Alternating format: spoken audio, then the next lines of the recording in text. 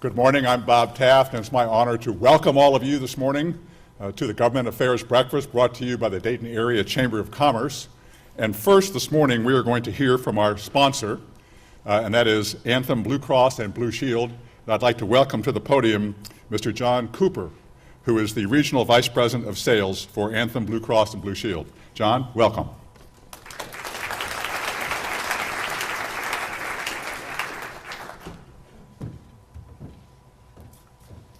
Thank you, and good morning to everybody. Good morning. Good morning. So on behalf of Anthem Blue Cross and Blue Shield, first of all, I want to thank everybody for attending this morning to hear about this important subject. And also a special good thank you to the Dayton Chamber for all of their active work in the public policy area. Also, another special thank you goes out to Lieutenant Governor Mary Taylor for speaking with us this morning and dedicating her time to the Dayton Area Chamber. And I also want to mention a little point above and beyond that is that one of the advantages we have at Anthem Blue Cross and Blue Shield is we get to talk to our peers in other states, because we're in 14 states across the country, and we're able to do that as recently as this Monday and Tuesday. And it's one of the things, guess what, that we talk about a lot is healthcare reform. But healthcare reform is really, though it's a national law, it's really being implemented very differently across each state. And the one thing that every time we have these meetings, it's always good to walk away being in Ohio, is because everyone in Ohio, the people of Ohio and the businesses of Ohio should be very fortunate to have Lieutenant Mary Taylor's team running the implementation of healthcare reform in Ohio, because speaking with our peers, it's a challenge in a lot of other states. And it's going to be a challenge for Ohio too, but I think we're in a lot better position than some of our peers. And I promise I won't mention any of those other states. So, okay. So at Anthem Blue Cross and Blue Shield, I also wanted to highlight again our partnership and how much we value working with the Dayton Chamber. We've been able to incorporate a very comprehensive health insurance program in the Dayton Chamber. It's been very popular, in fact the most popular health insurance program in the whole Dayton area with the Dayton Chamber, so we appreciate that very much. And even as we get into 2014, there's going to be a lot of change. There's going to be a lot of change for Anthem. It's going to be a lot of change for our employers.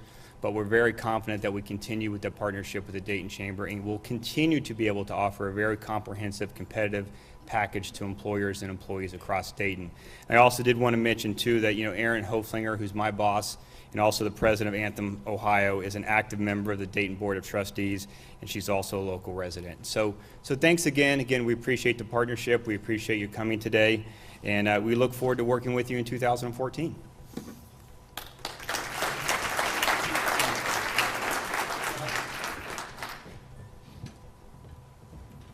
Thanks very much, John, and thanks again to Anthem Blue Cross and Blue Shield for sponsoring this morning's breakfast.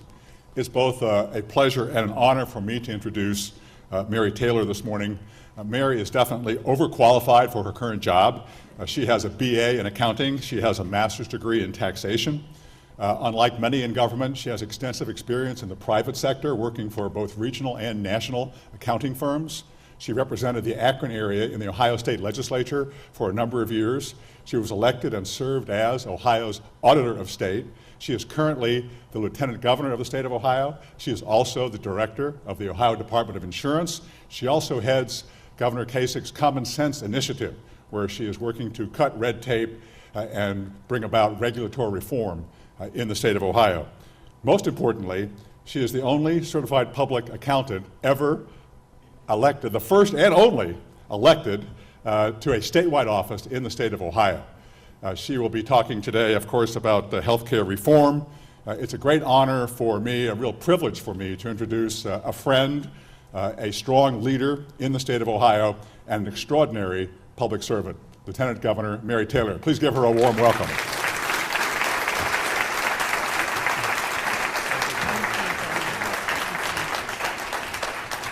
Well, good morning. Thank you so much, Governor Taft. I really appreciate that. Okay, we want to talk about healthcare this morning? I know the very first question you want to ask me is, so if you're a CPA, what the heck are you doing in public service, right? Trust me, I ask myself that question every day. I'm only kidding. Actually, I have to tell you, it's been a great deal of fun. A great sense of gratification to serve, both in all of the roles that I've served, city council, legislature, auditor of state, now as your lieutenant governor. And I do think that my background and my professional experience gave me unique training for the issues that we face. And I at first thought that was unique training for the times, because, the last several years, in government, in business, in communities, we have faced financial issues. And so I assumed, being an accountant and having I'll say a good understanding of finances and budgets, that I was here at the right time. I suppose that I would probably say that regardless of when I served, because financial issues present themselves every day. Regardless of if you're in government or in the private sector, if you own a small business, budgeting, finances, those are things that you think about every single day, regardless of if business is going very well or if we're facing downturns in difficult economic times. You still have to make good financial decisions, regardless of your top line, because eventually you have to get to your bottom line, and that's what matters when it's all said and done. Okay, so let's talk. I think we're going to meet with the Healthcare Committee afterwards, so probably some of what I say will be duplicative. Are those people in the audience now as well? Okay, well, and we can have more of a Q&A in that, I guess, more specific, but let me just give you kind of the overall background on the ACA, where we are in Ohio, and I guess a little bit of what we're expecting to happen here over the course of the next couple of months. I'll talk just a little bit, if I could, about maybe the state budget, where we are, and then a little bit about some of the efforts that we have at the Department of Insurance from really our Common Sense initiative, and then I answer whatever questions that you have for us. So we're kind of at a key point in time with regard to the federal health care bill. Of course, we've been talking about it for some time. The Department of Insurance has been analyzing, assessing what the federal health care bill is going to do to Ohio, how it's going to impact Ohio consumers, how it's going to impact the market, and how it's going to impact small businesses in Ohio. We released a report in 2011. We hired independent actuaries to come in and look at our insurance market in the state. And what we asked them to do was look at our market as it exists today, or at that time in 2011, and then tell us what's going to happen to our market after the implementation of the federal health care bill. And essentially what they described for us was that our market is going to change significantly. Today in Ohio, we have a very open, competitive insurance market, and that's across the board with regard to all insurance, but in particular, health insurance. We have good competition. We have a lot of carriers that provide health plans, and we have today a lot of consumer choice. So consumers can pick and choose the type of coverage that they want, the type of coverage that they need, and then, of course, balance that with how much they are able or willing to pay for that insurance. And believe it or not, we have some of the lowest health insurance premiums in Ohio compared to other states across the country. And I know some of you may not necessarily feel that way when you see that your premiums are increasing. But I guess I can say to you, be glad you're in Ohio and not other states. Now, having said that, as we move forward, that's going to change. So as the federal health care bill gets implemented, our market is going to be squeezed down. And what I mean by that is we now have to comply with we being everybody, so all of the insurance companies that sell health plans, us at the Department of Insurance, you as consumers, are going to be more restricted on what type of insurance you can purchase.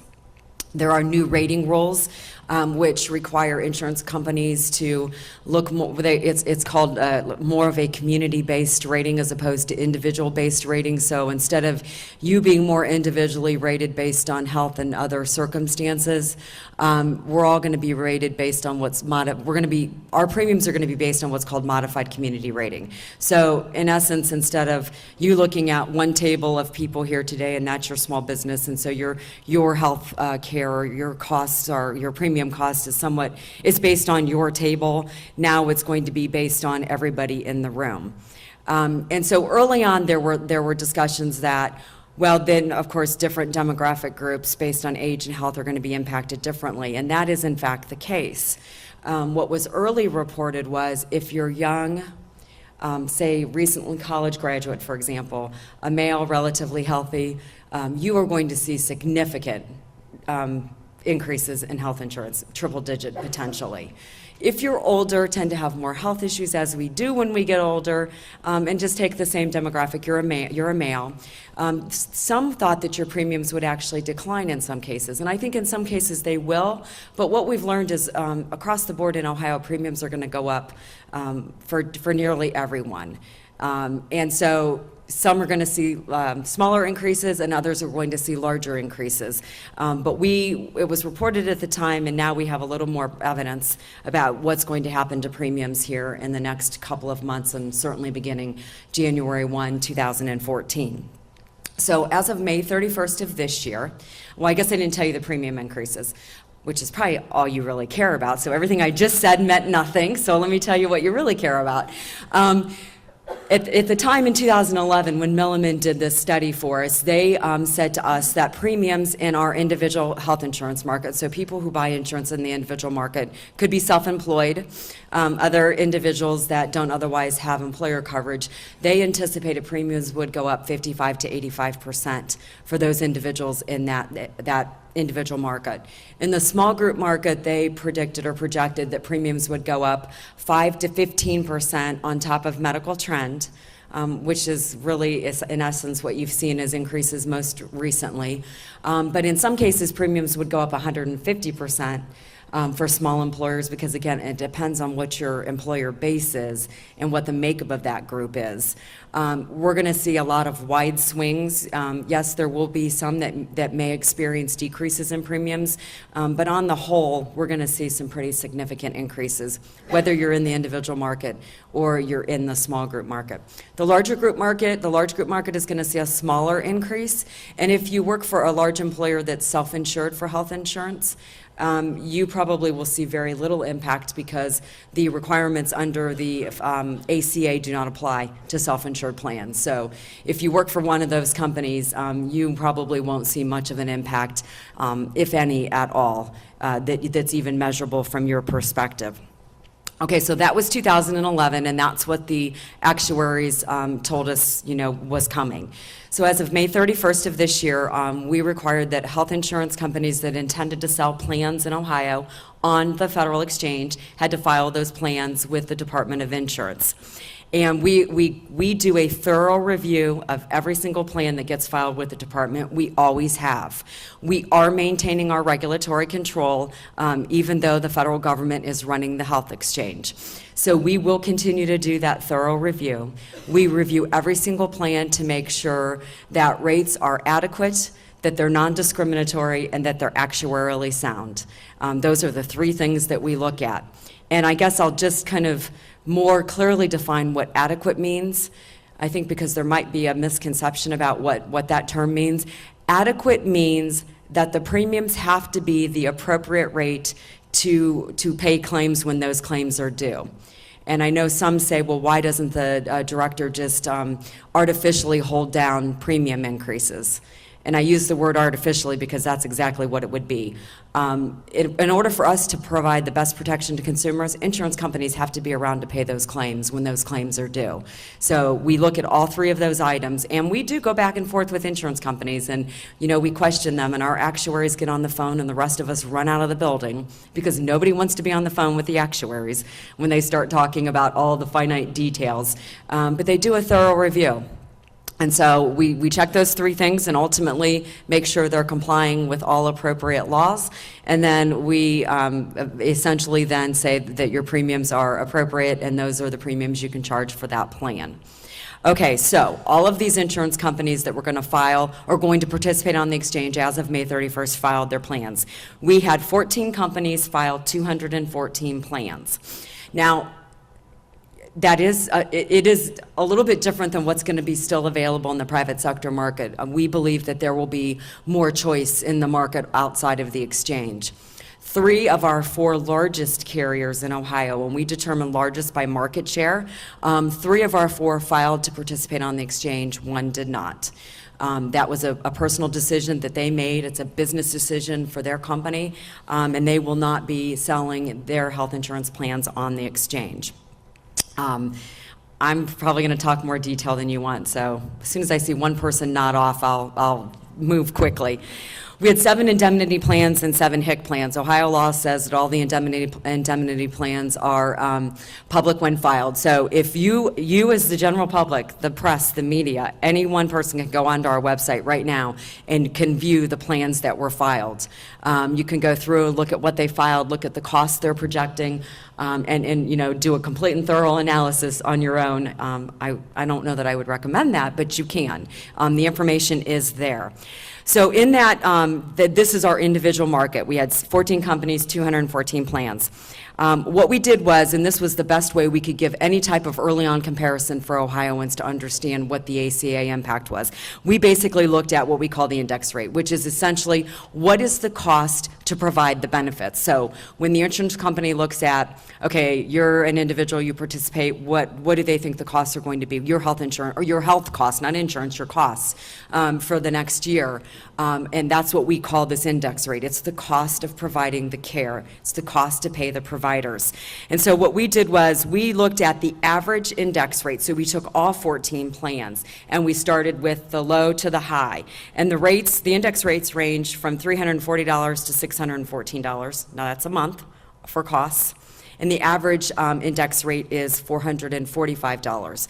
Average being the low to the high. It's not, you know, only looking at the plans that have the least benefits. It's all, you know, the low to the high. And the best way for us to do a comparison was to say, do we have any other statistic that's historical that's like that? And the Society of Actuaries, in fact, did put out a report here recently. They looked at every state, not just Ohio, and they determined that that index rate in Ohio, again, the cost of the insurance pre-ACA is $223. If you compare that to the average cost, I gave the wrong numbers on the average cost. Chris, you're back there going, she's giving the wrong average costs. That was the small group, yeah. Take a step back, because we don't have the same comparison. The index rate for the individuals was $282 to $577. Compare that to today, which is an average of $420. The comparison to $223, which is where we are today, is a representation of over an 82% increase in premium cost in the individual market. So Milliman predicted 55 to 85%. Our numbers actually filed today represent an 82% increase on what it's going to cost to provide insurance. Now, keep in mind that the cost of insurance is the essential health benefit package. So these insurance plans are going to look similar. Every plan is required to offer or cover, provide coverage in 10 categories that was defined by the federal law. And so these 10 categories, every individual will be purchasing, and every plan must offer that type of coverage. So that is one of the reasons that premiums are going up significantly. There is no apple-to-apple comparison compared to an open market with choice, and then now what is a more regulated, federally regulated market with less choice. So costs are going up 82%. We expect premiums to fall in line or to mirror those cost increases. We're looking at the premiums right now. We're starting that conversation with the insurance companies, you know, getting a better understanding of how they rated premiums, but we do expect that the premiums will follow along with those cost increases. So now that I've totally confused you because I have the numbers all backwards, so the individual market, 82% increase based on the costs. Back to the small group market. So probably the one most of you or a lot of you are concerned about. We had 7 companies that filed 87 plans in our small group market. And the numbers that I provided earlier were the range numbers, but the average cost of a small group plan is $445 a month. I don't have a similar historic comparison like I do in the individual market, but you all know what the cost is for your company, and maybe you can judge or base that cost compared to what you're paying today. And now that's the cost, it's not the premiums, but again, we're anticipating premiums will, you know, fall in line with where costs are expected to be. Now, how it'll impact you differently as an individual company depending on the type of coverage that you offer. And the best way to do a comparison, of course, is to call your agent or broker and sit down with them and go through this. But barring, being able to do that or having done that already, essentially look at what does the federal government require the coverage be, all of the 10 categories. This would be a very broad view because there are so many there are so many nuances within those categories, and compare that to the plan that you already offer. That will help you do some comparison, and then look at that cost of that average cost of $445 a month. You might get some idea how that's going to impact you per individual that works for you. What you probably will have a harder time determining on your own is squeezing down those rating bands and going more to this modified community rating, is how that will impact your individual business or individual employees that work for you. But I think it's a good place to start if you wanted to get like a broad perspective of how the ACA is going to impact you. Okay, so we're going to do a federal exchange. The federal government's going to run the exchange. We are going to meet our deadline of July 31st, we being the state of Ohio, to get our information to the federal government so they can have plans available to be sold on the federal exchange beginning October 1 of this year. So that's our open enrollment period. Anyone who's purchasing on the exchange will go to the federal exchange. I wish I could tell you the address or the phone number. I have none of that. We do not have the information to direct you where you might go to apply for insurance on the federal exchange. We don't have that yet. So starting October 1st, the exchange is supposed to be available for you to sign up for insurance that is effective on January 1, 2014. So in Ohio, and it doesn't matter if we do a federal-based exchange or a state-based exchange, we're going to see the same impact on premiums. The decision around the exchange has zero impact on what's going to happen to premiums in Ohio. What impacts premiums in Ohio are the new federal regulations and mandates on coverage that we and every other state has to comply with. I referenced the Society of Actuaries report, and it was released a few months ago. They looked at every single state, and actually they ranked Ohio number 1, which we don't want to be number 1 here. We will see the most dramatic increases in premium costs compared to every other state across the country. And that's because of the type of market that we have today compared to the type of market we're going to have after the ACA is fully implemented. We have had, I'm kind of answering questions before I let you ask them, and I should probably just let you ask them. But we have not had a lot of contact with HHS or the federal government with regard to how the exchange is going to run or what types of communication or interaction is going to be necessary between the federal government and the Department of Insurance in Ohio. They have told us repeatedly and even recently that they will be prepared for the exchange to begin on October 1st. I will not speculate whether or not I think they will be, because I shouldn't guess at what I think is going to happen. But we've seen little evidence of what this exchange is going to look like. And October 1 is fast approaching, as we all know. So we're going to be prepared. We're going to be ready. If the exchange kicks off, we're going to do what we can to help consumers, to direct consumers where they need to go. And we're kind of just we're still going along and waiting for these uncertainties to be clarified for us so that we can best serve our constituency here in Ohio. And I think that's what we expect to do, for the coming months, and then of course for the coming years as the federal health care bill gets fully implemented. So that's a really broad, overview of how it's going to impact our market, individuals, and potentially you as a small business owner or small business manager or an employee of a small business. There are dramatic impacts coming. And I guess my advice to you would be, if you haven't already prepared for it, I certainly would start doing that. Start preparing for how it's going to impact you. You make a lot of important decisions, a lot of those important decisions including growing your business, innovating technologies, and hiring people. This obviously does have an impact on that. So hopefully that's been a little bit helpful to you as you hopefully all run out of here and try to contact your agent or your broker so that you can get a better understanding for your individual business and how it's going to impact you. We'll talk about alliances probably in the small group unless somebody here asks, but I'll kind of wait for that. quickly with the budget, and then I want you guys to leave time for questions. You probably know, since you're the Government Affairs group, we are in the heat of budget season. We have about 2 weeks left here before the state budget must be passed. Our fiscal year ends on June 30th. But the governor's budget was presented, the House passed their version, Senate passed their version, it's in conference committee.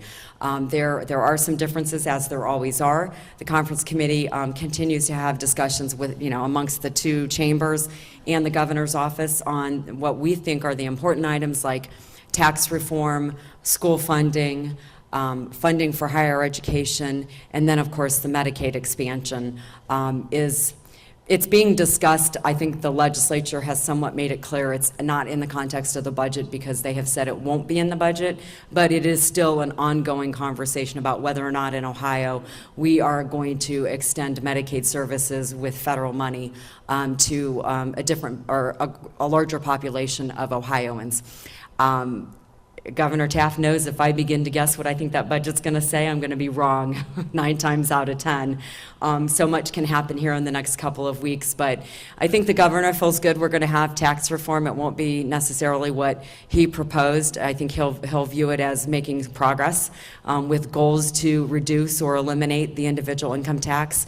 He really feels strongly about preserving some, if not all, of the 50% tax cut that he proposed for small business. So he continues to push the legislature on that issue. Also on school funding, making sure that we are directing more dollars to classrooms, that money actually follows students. And he feels pretty strongly about making sure that we provide a good quality education to every Ohioan, regardless of where they live or what their circumstances are. So he's going to continue to push for that. Higher education, more dollars will follow graduation rates versus enrollment. And the universities stepped up and took this on. They agreed that they felt it was an appropriate measure to say, we will take a portion, I think it's 50% of their funding from the state, they're going to take based on how many students they graduate, not how many students they enroll.